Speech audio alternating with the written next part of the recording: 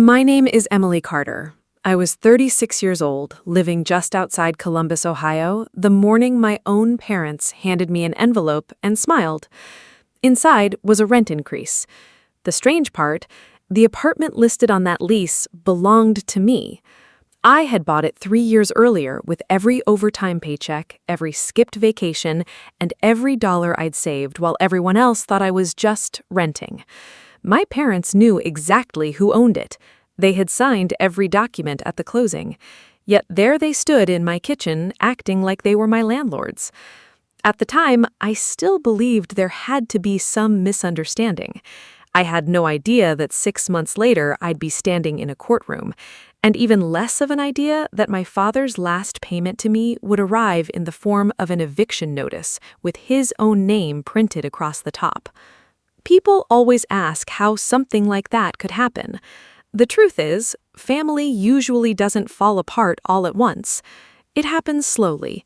One small excuse, one ignored comment, one favor that turns into another.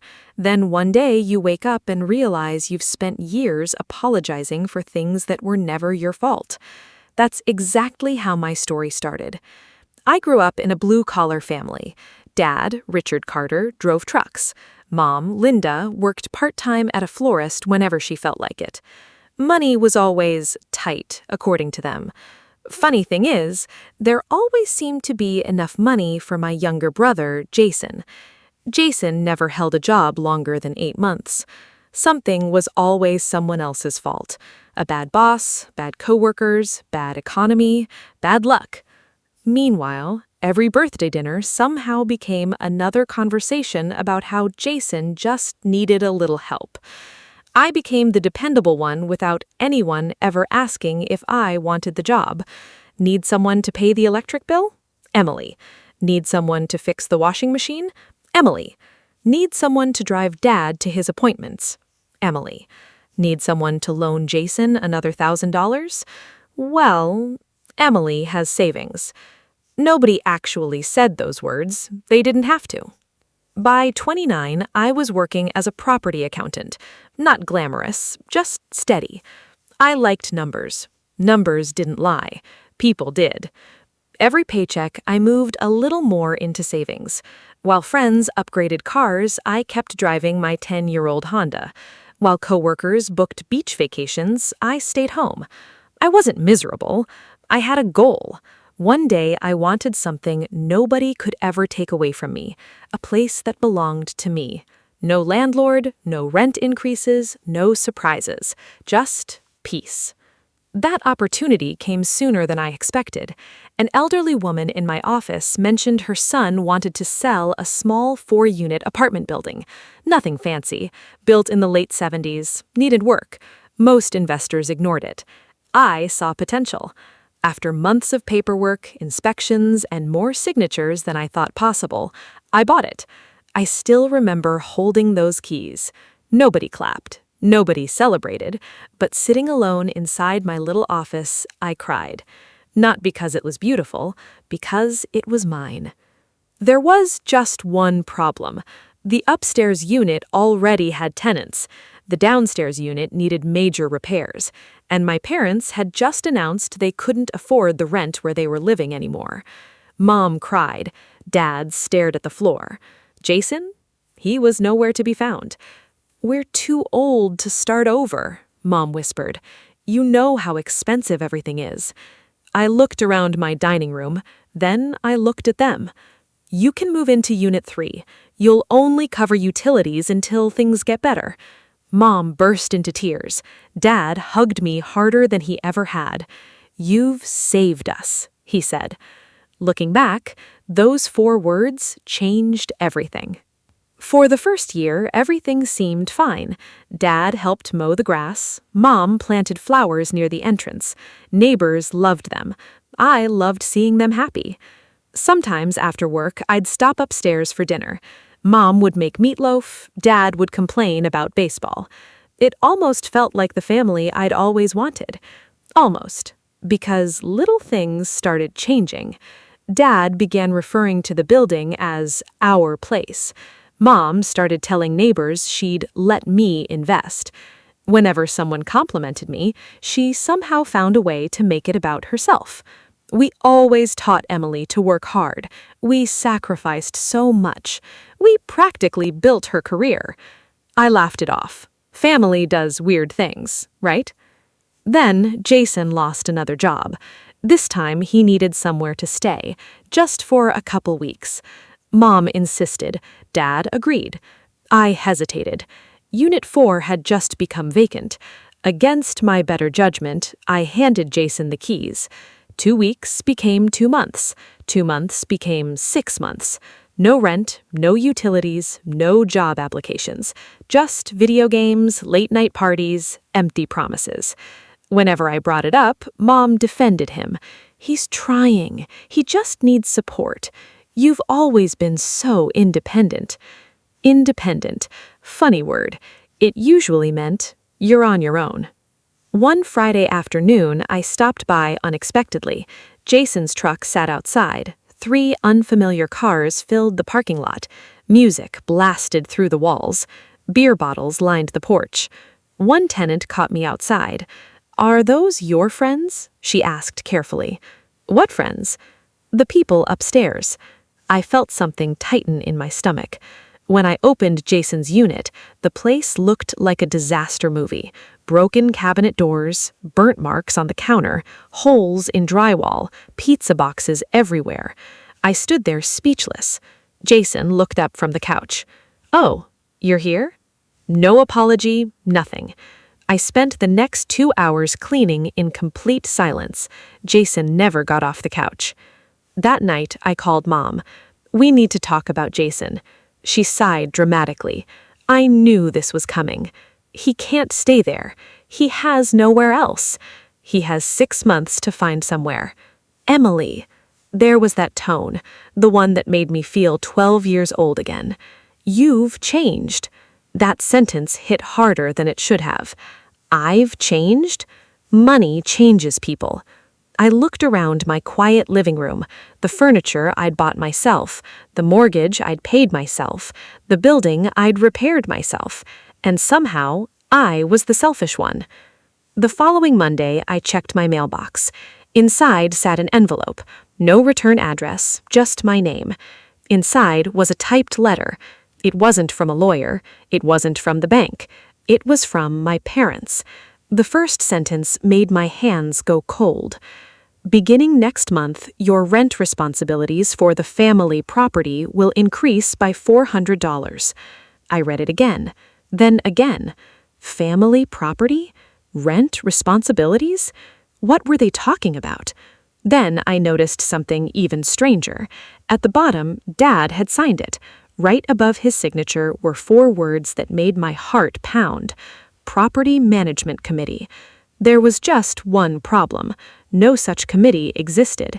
And suddenly I realized someone had convinced my own parents they had authority over a building they didn't own. I just didn't know who.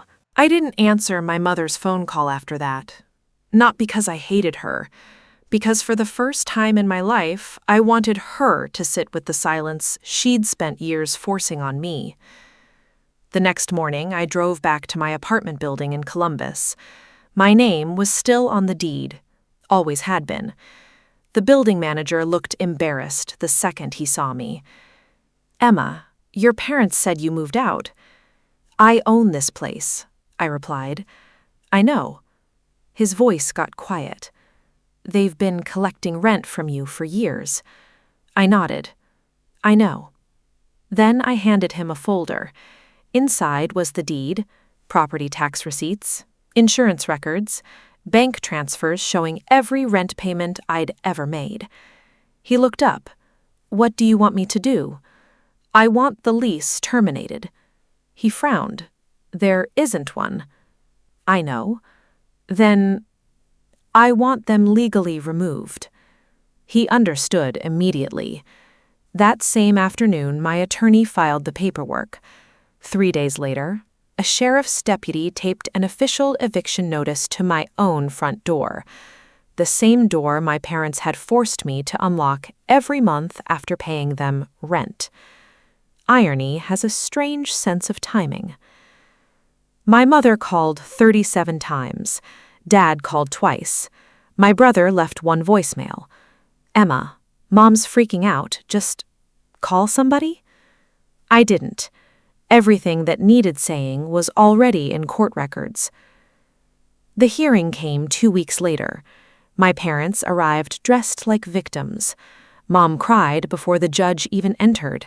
She talked about sacrifice, about raising children, about everything she'd done for me. Then she said, "We only asked her to contribute." My lawyer stood. "Your Honor." He handed over the deed. "The defendant has been charging the legal owner rent for property she herself owns."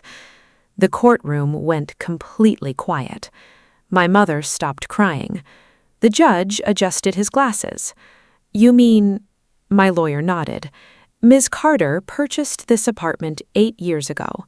Every mortgage payment, every property tax payment, every repair, every insurance payment was made by her."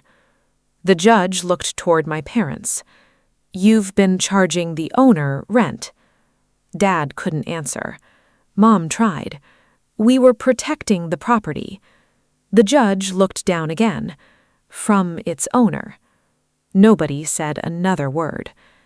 Judgment took less than 10 minutes. My parents had 30 days to vacate. No extensions, no excuses.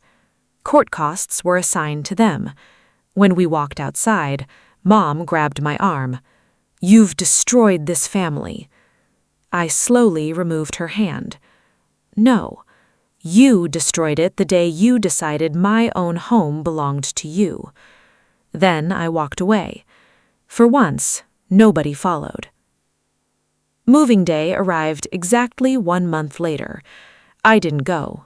I couldn't. Instead, the building manager called me afterward. "They're gone. Everything okay?" He laughed softly. "They kept saying you'd come to your senses. I guess they finally realized you already had." Walking back into my apartment felt different. Nothing had changed. The same hallway, same kitchen, same windows overlooking the street. But somehow, it finally felt like mine. Not because my name was on the deed, because nobody else believed they owned me anymore. I stood in the living room for nearly 20 minutes. No furniture, just silence. The kind of silence that finally feels peaceful instead of lonely. Months passed. Life settled. I repainted every room, changed every lock, bought a new dining table. Not because I needed one, because I wanted the first meal in that apartment to belong entirely to me. No guilt, no permission, no rent envelope waiting on the counter. My brother came by one Saturday afternoon. He looked older. "It took me a while," he admitted. "I know." He believed them. "I know. They've been telling everyone you abandoned them." I smiled. "They've been telling stories my whole life." He looked around the apartment. "You really built this life yourself." "I did." He nodded. "I'm proud of you." Those 4 words meant more than he probably realized, because nobody in my family had ever said them before. 6 months later, Mom mailed me a letter. Not a text, not a voicemail, an actual handwritten letter. It wasn't really an apology. It mostly talked about how difficult life had become, how retirement wasn't what they expected, how people had judged them after the eviction. Near the bottom, she wrote one sentence. "I never realized how much we depended on controlling you." I read that line 5 times, then folded the letter, placed it inside a drawer. Some apologies come too late. Some are just acknowledgments. That one was enough. People often ask me if I forgave them. The answer surprises them. I stopped trying to decide. Forgiveness isn't always one dramatic moment. Sometimes it's simply refusing to carry someone else's choices on your back anymore. I don't wake up angry. I don't replay old arguments. I don't imagine revenge. I just live. Turns out, peace is far quieter than revenge ever could be. Today, I'm 42. The apartment is still mine, completely paid off. Every morning, I drink coffee beside the same window. Sometimes I think about that first rent envelope I handed my parents. How proud I was that I could finally help. Funny thing is, I wasn't helping them. I was teaching them that I'd accept almost anything if it came wrapped in the word family. Eventually, I stopped confusing love with obligation, and that changed everything.